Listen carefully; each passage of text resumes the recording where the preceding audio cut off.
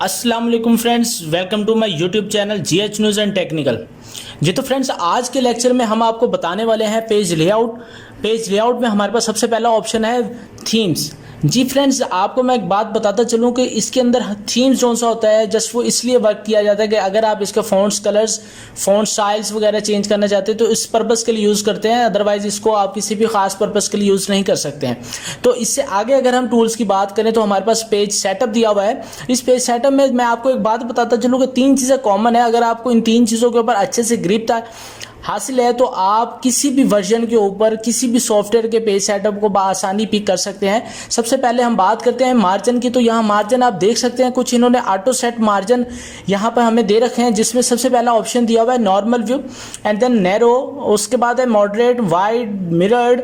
इसमें सबसे पहले उन्होंने जो ऑटो सेलेक्ट किया हुआ है हमारे पास मार्जिन, वो ये दिया हुआ है नॉर्मल। नॉर्मल में उन्होंने हमें बताया हुआ है कि टॉप से, बॉटम से, लेफ्ट राइट से हमें 1 इंच उसने मार्जिन दिया हुआ है। जबकि अगर आपको इससे कम चाहिए तो आप नैरो सिलेक्ट कर सकते हैं, जबकि अदरवाइज आप यहाँ कस्टम मार्जिन में जाकर अपनी मर्जी के मुताबिक मार्जिन सेट कर सकते हैं। जी तो फ्रेंड्स, यहाँ पर हमारे पास मार्जिन ये दिया हुआ है। आप यहाँ पर अगर टॉप से 1 इंच की बजाय 2 इंचेस करना चाहते हैं तो आप यहाँ से जाके चेंज कर सकते हैं।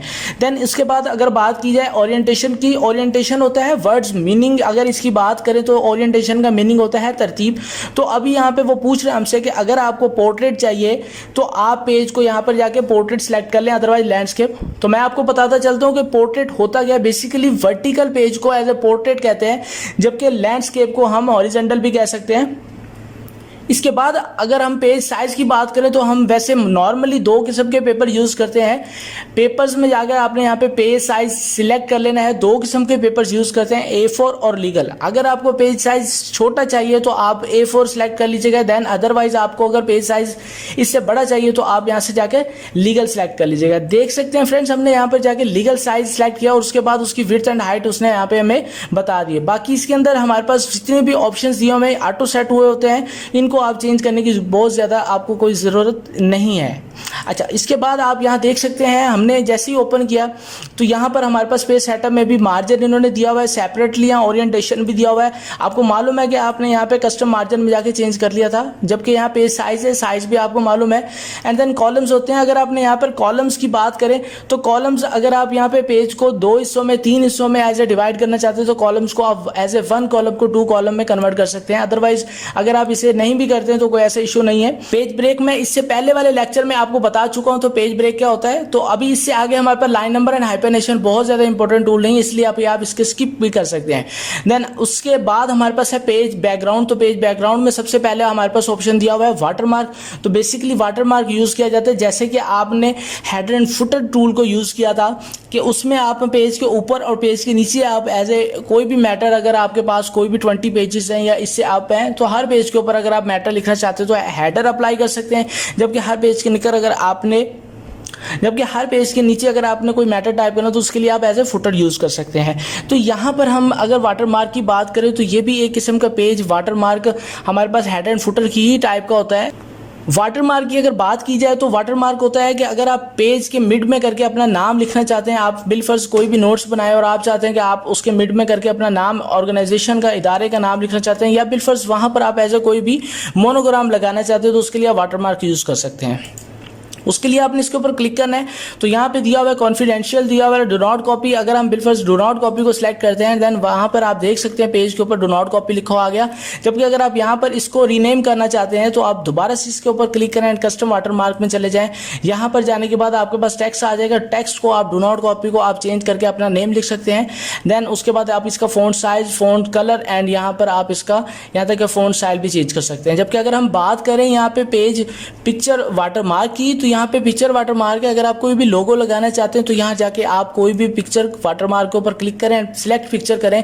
जहाँ आपके पास भी पिक्चर पड़ी होगी वो आप यहाँ पर जाके लगाएंगे तो आपके पेज में हर पेज के ऊपर मिड में करके आपके पास एज ए वॉश आउट यानी कि लगकर आ जाएगी।